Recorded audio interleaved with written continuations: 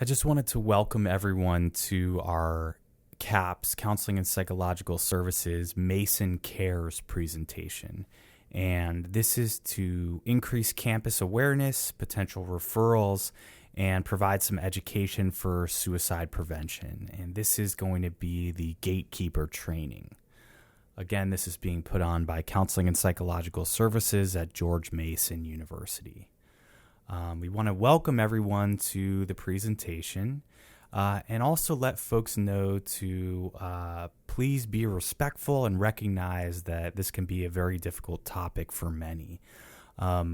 It's important to note that discussing suicide can be anxiety-provoking and may prompt various emotional responses from each of you. And based on statistics, it's likely that some people listening to this presentation may have lost a friend or family member to suicide, or at some point have contemplated suicide themselves. If need be, please feel free to stop the presentation, or if needed to take a break and come speak to us at CAPS if you have any questions about the presentation or if you're needing some support. So to give, slide 4 is looking at the training schedule. So we'll talk a little bit about a brief introduction, some reasons why people may commit suicide, some warning signs to be cognizant of, as well as responding to people in distress. And as well, we want to understand the process of making a referral to CAPS. We're going to do some role plays and some processing. We'll look at self-harm and social media. And firstly, we want to just touch on why this is important. And it's common for people to be affected by suicide. In fact, suicide is the second leading cause of death among college students. Be curious to know if anyone can think of the first leading cause of death. And have you got it? Okay, it's actually accidents. So after accidents, suicide is the second leading cause of death among college students. And we know that more than 5% of college students have attempted suicide at least once in their life. And about 8 to 15% of college students have seriously considered attempting suicide. And over half of college students have thought about suicide at least one time in their life. And really, this is why it's so important to increase awareness of how you can help individuals who are having suicidal thoughts. This information is coming from Drum et al. And from 2008, as well as from the JED Foundation. And so we want to just give folks just some general introductory information about some of the important terms. So moving on to slide 5, where it says introduction. Some terms that we want to be paying attention to are suicidal ideation, suicide threat, and suicide attempt. So suicidal ideation means thinking about suicide. A suicide threat is stating intent to kill oneself. A suicide attempt is taking that to the next level and actually trying to kill oneself. And I think it's important to differentiate between intentional self-harm, because intentional self-harm may not be representative of suicidality. Intentional self-harm is behavior related to self-harm, but there's an absence of intent to kill oneself. A completed or successful suicide is the incorrect term to use. So we want to be using suicide death or died by suicide, which would be more appropriate. And then a survivor of suicide would be a friend or family member of the deceased. It's also important for us to differentiate between passive versus active ideation. What passive ideation means is suicidal thoughts popping up for folks, maybe kind of thinking that there's no escape, there's no way out, that this is a thought that, man, if I could just kill myself, or if I could only escape from this situation with suicide. But that person has absolutely no plans or intent of acting on that thought or that intrusive thought about suicide. So really, it's passive is just the thoughts with no plan, no intent, no means to act on that. Whereas active ideation is, well, I'm having that suicidal thought and I'm planning on killing myself, and this is how I'm going to do that. And my intent is I'm definitely going to do it, and I have the means to do it. So we really want to pay attention to whether or not this ideation is passive or active. It's really important to seek support for both passive and active ideation. Likely someone with active ideation would be referred to the hospital to make sure that they're safe. And at the end of the day, we really just want to make sure that all members of our Mason community are safe. So something else we want to think about is, why do people attempt suicide? You can think to yourself, if suicide has affected you personally, or a member of your family or a friend or extended family, kind of thinking about maybe what that person was going through, and if they did attempt suicide or complete suicide, thinking about likely the amount of pain that that person was in, and thinking that suicide was maybe the only option that they had. Moving on to slide 7, we want to think about all of the different reasons why someone might attempt suicide.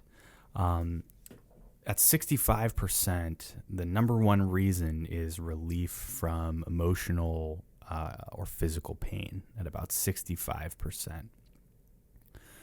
Other issues that have come up are problems with romantic relationships, problems at school, friend problems, family problems, financial problems, as well as alcohol and drug use issues.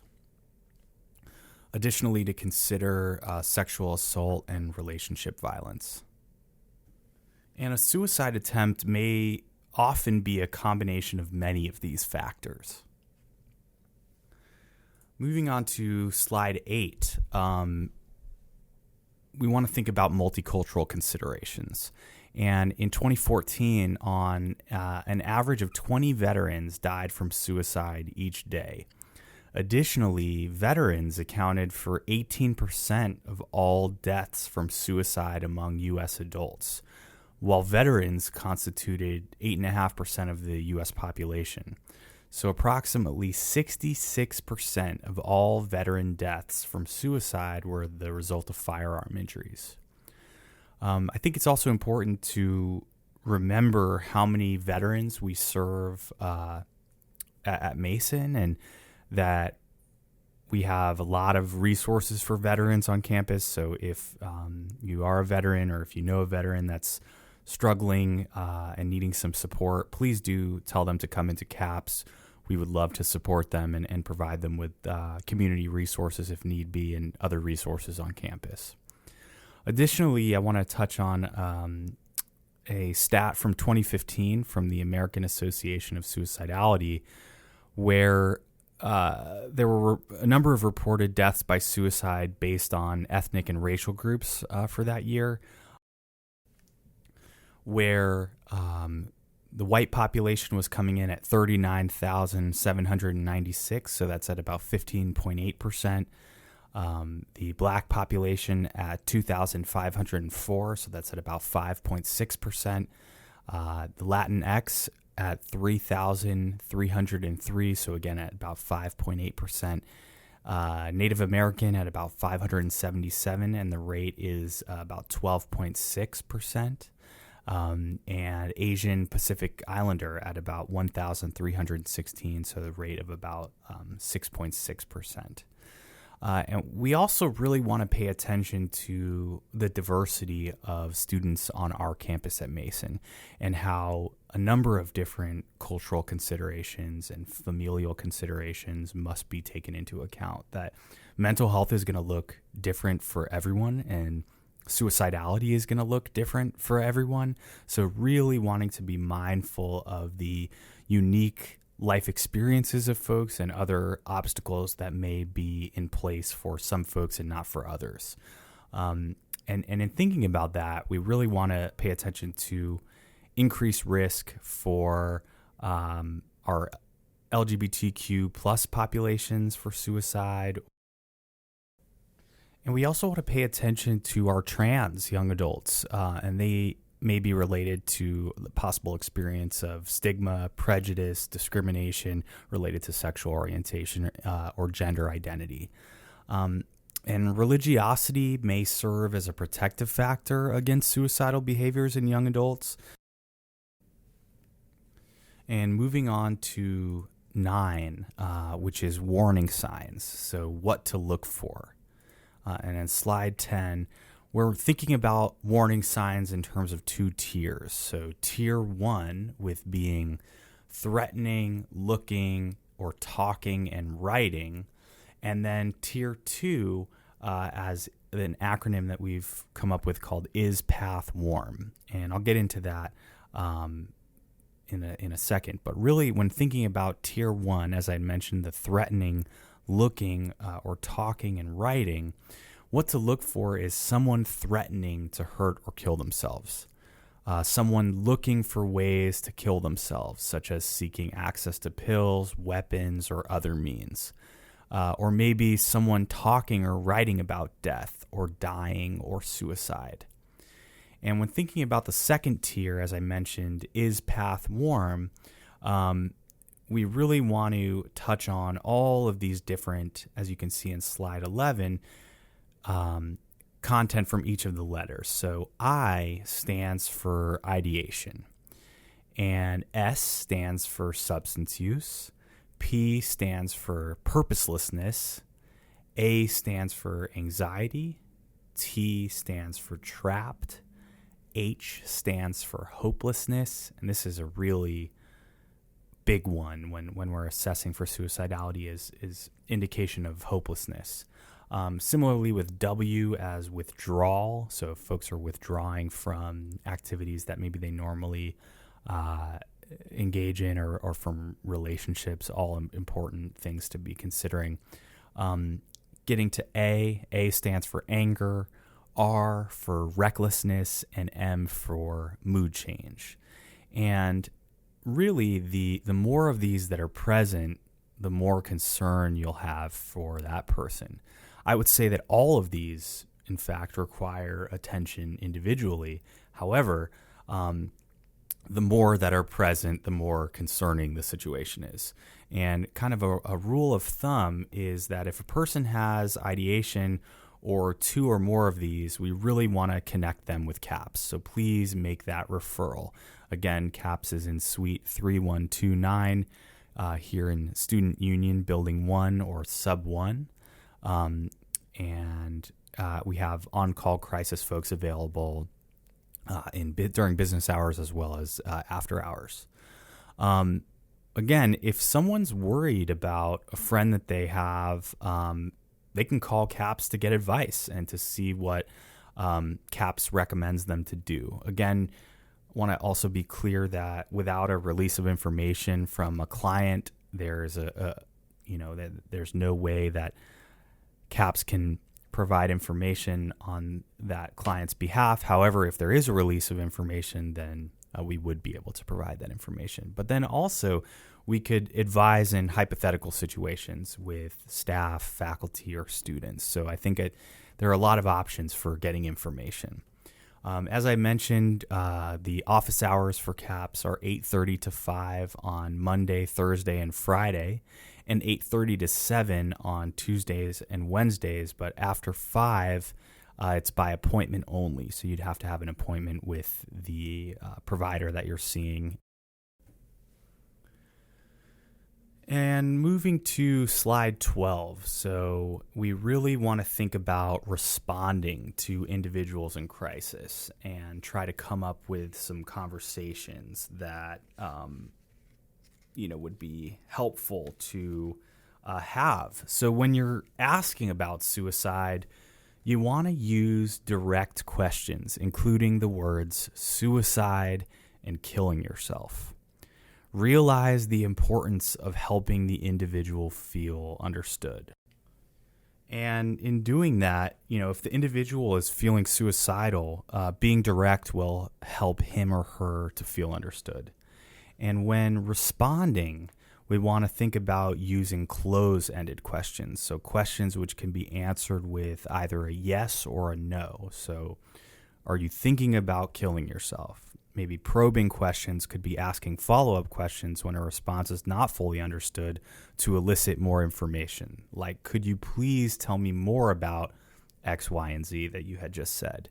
And then if it is indicated that the person is suicidal, we want to paraphrase and we want to restate what that individual has just said. So this is what I thought I heard. Did I understand this correctly? Really clarifying that you have in fact heard that.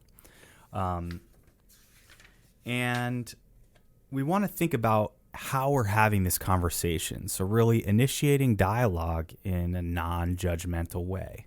So starting by telling your friend how much you care about them, or asking your colleague or roommate or teammate or peer to be honest about their mental and emotional state by just saying, are you okay? And investigating further as you feel comfortable. Is there something going on that you'd feel comfortable sharing with me? And tell them that some of their behavior has been concerning. Be specific. You really haven't been acting like yourself, or you've appeared different to me for X, Y, and Z, right? And asking directly, are you thinking about suicide? I think if you take home nothing else from this presentation, making sure to ask the question, are you thinking about suicide, is the most important. So moving to slide 13, again, feeling understood is the key here. So we want to be simple, basic, and direct. Asking directly with suicide or killing yourself as part of the question, making sure that it's in the context of the things that you've observed and that worry you. Asking the person directly if they're going to hurt themselves is not the same. Questions should be simple and direct. So, are you thinking about suicide? Then we want to wait and give them a chance to respond. Are you thinking about killing yourself?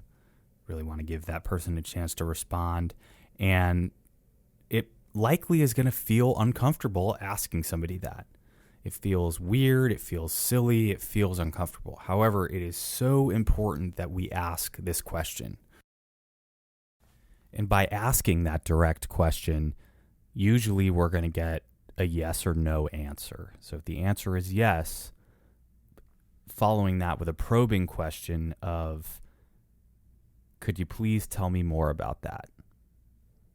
We also want to consider paraphrasing. This is what I heard. I heard you say, yes, you are thinking about killing yourself. And if this is during the day, we can walk this person over to CAPS, and CAPS can take it from there. And if it's after hours, we want to make sure that we get Mason Police on the phone and they're in person for support. So when we pause to take a second to think about the conversation, we really want to be initiating this dialogue in a non-judgmental way. We want to start by telling this person how much we care about them. We want to ask them to be honest about their mental and emotional state and reassuring them that it may be hard to talk about this, particularly when they're in this space.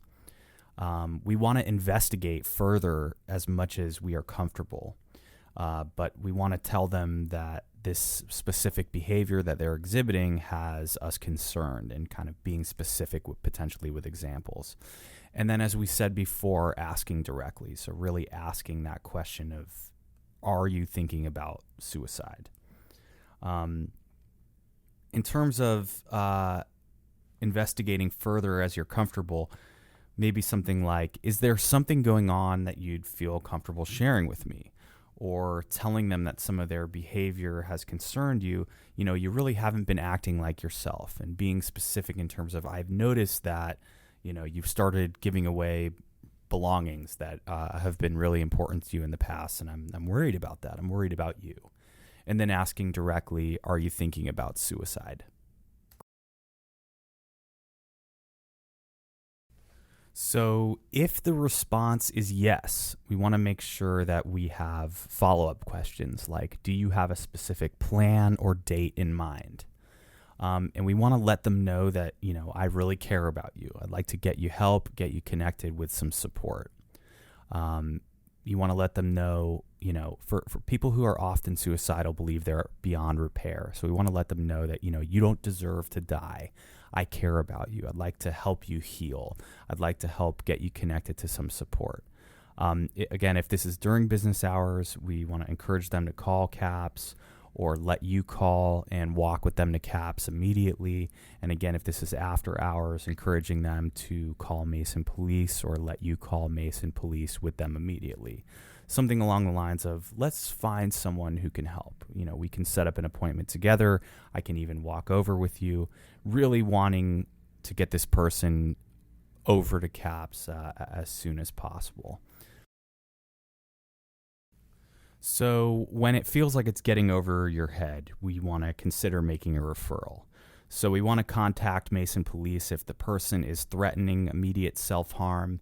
Maybe they're looking for ways to kill themselves. Maybe they have a weapon accessible or other means to harm themselves and is threatening to use it. Maybe they're threatening to kill themselves or they've engaged in a behavior that requires medical attention. I think all of these can be exacerbated by substances, by drugs or alcohol. So we want to keep that in mind too. We also want to do our best to connect the student with CAPS if the person is talking or writing specifically about death and or suicide, or they have suicidal ideation or two or more of the first tier warning signs that we had discussed before.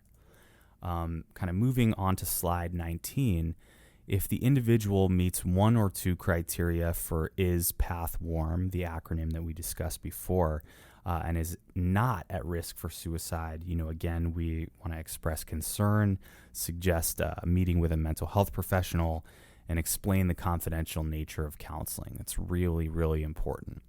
Again, we also want to normalize concerns about counseling and seeking help and really acknowledge their courage. Here on slide 20, we see some important referral contacts, so you can get a sense of some of these phone numbers. Again, Mason Police, CAPS. The crisis link is a really important number at 1-800-784-2433, as well as the National Suicide Prevention Lifeline at 800-273-8255.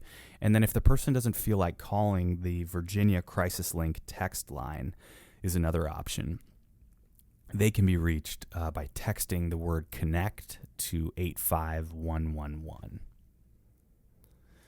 We're going to move on to slide 21 and think about the role play. You're a 22-year-old student athlete who has recently been arrested for driving under the influence. You went out drinking because your romantic partner recently ended your relationship. As a result of your drinking and legal concerns, you'll likely lose your athletic scholarship. In addition to being angry about your legal problems, you're also ashamed because you've been a very successful student athlete. You feel that everything is coming down on you at once, and you feel hopeless about your future. So this is a definitely challenging role play and a concerning situation. Let's try to think about this for a minute.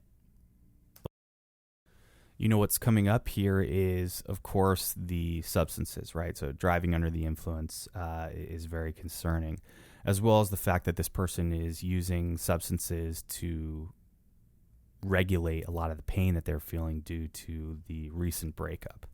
And then thinking about potentially how this will impact academics, athletics, and then the potentially losing the athletic scholarship.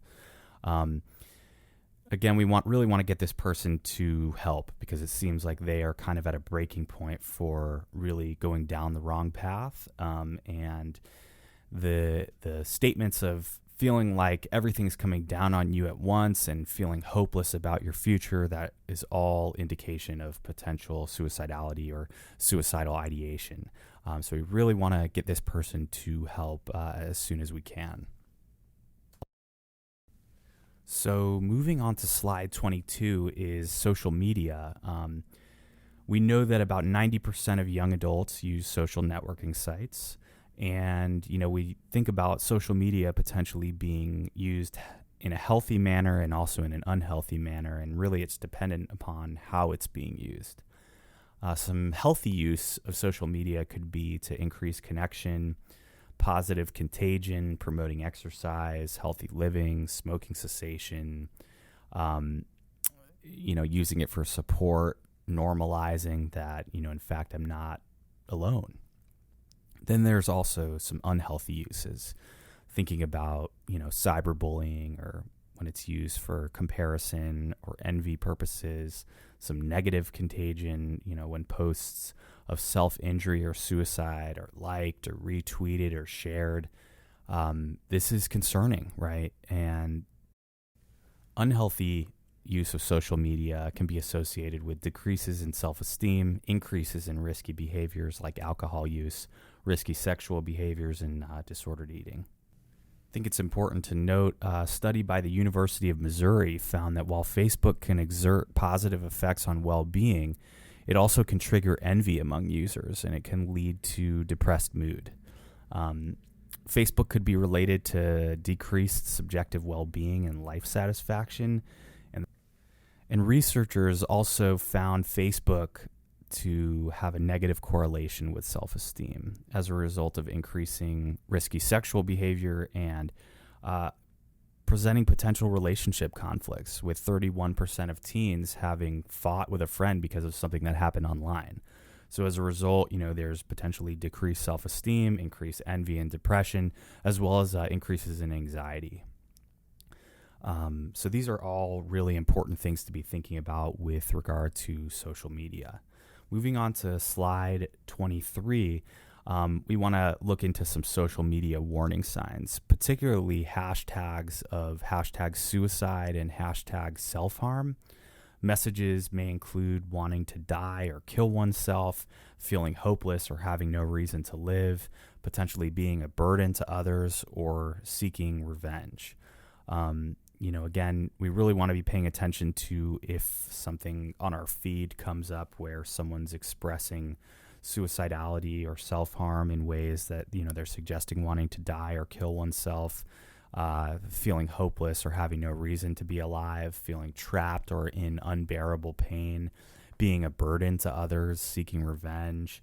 In terms of, other hashtags to look out for, we want to look out for posts that are encouraging self-harm, such as hashtag cutting, hashtag self-harm, hashtag suicide, or secret social media hashtags surrounding self-harm, such as SUE, so SUE, or hashtag secret society 123. Facebook, Instagram, Twitter, YouTube, Tumblr, and Pinterest have stated in their community standards or terms of use that self-harm posts are not allowed on their websites. However, the sites act only after the images have been posted, and employees are actively policing the site, but they also rely significantly on users to report a post if it's disturbing. So we really want to be paying attention to that. And moving on to slide 25, so what to do, right? So we want to look for key phrases here. We want to not be idle. We want to be active. We don't want to ignore, but we do want to stay calm, and we do want to do something, right? We want to report this, right? We want to reach out to the person. We want to reach out to the GMU campus resources. That would be student support and advocacy, counseling and psychological services, residence life, and GMU police. And if the risk of harm is imminent and you cannot get a hold of campus resources, please call 911. And if you're uncertain about imminent risk, please err on the side of caution and call the police. So moving on to slide 26, we really want to encourage folks to always take a screenshot of the concerning post. Each site or app has a specific way to screenshot. It's really crucial to have a copy of the content on your phone or your computer for reporting purposes. We also always want to call the police if the post indicates imminent risk. For example, I'm going to kill myself tonight. We want to follow up with student support and advocacy and the social media site or app of interest. And we always need to take the concerning post seriously. It can be difficult to tell a person's intent via a screen, so it's really important to take all concerning posts very seriously. Moving on to slide 27. Again, these are some sites, the Facebook Bullying Prevention Hub, the Facebook Family Safety Center, the Tumblr Community Guidelines. Most social media sites have a center at which you can report concerns of self-harm, and these can typically be found by going to the help center of each social media site. Again, some more information on reporting safety issues on social media. So slide 29 references harm to others. We want to handle this in a similar manner to self-harm by asking direct questions. Are you having thoughts of killing others? Whom and when, right? If students who are homicidal, they may also be suicidal. So we want to ask about both. Are you thinking about killing yourself or hurting anyone else? And there also is increased risk if a student also has suicidal thoughts, a history of violence, and access to weapons. So moving down to slide number 30, again, all statements or posts that suggest intent to harm others should be taken seriously and immediately acted upon. If a student expresses thoughts of harming others, we want to call the Office of Student Support and campus police if there's an indication of imminent risk. And if you feel that there's imminent danger, please call 911. If the threats are made on social media, we want to take a screenshot of the post and report the post to the appropriate social media website. So moving to slide 31, some final words of wisdom. Number one, you're not a therapist. You're not a mental health professional. But that doesn't mean that you can't be involved in getting additional support for this student of concern. We really want to make sure to asking the question as we've spoken about before in this presentation. And we want to be direct in our questions regarding suicidality, suicidal intent, homicidal intent, and non-suicidal self-injury. Again, you are not alone. You have a team that you can consult with and that's supporting you. And that's Student Support and Advocacy, Mason Police, and Counseling and Psychological Services. I think it's really important to maintain healthy boundaries, right? And this kind of stuff can really impact people. So it's important to take care of ourselves, right? And to engage in some self-care. So that concludes the presentation. We just wanted to thank you for your effort and energy and enthusiasm for keeping Mason a safe community, supporting our students, faculty, and staff here. Again, wanted to remind folks of the Counseling and Psychological Services location. We're in Student Union Building 1, so Sub 1 in room 3129. Our phone number is 703-993-2380. You can reach us on the web at CAPS, so CAPS, GMU, EDU. Thank you very much and have a great afternoon.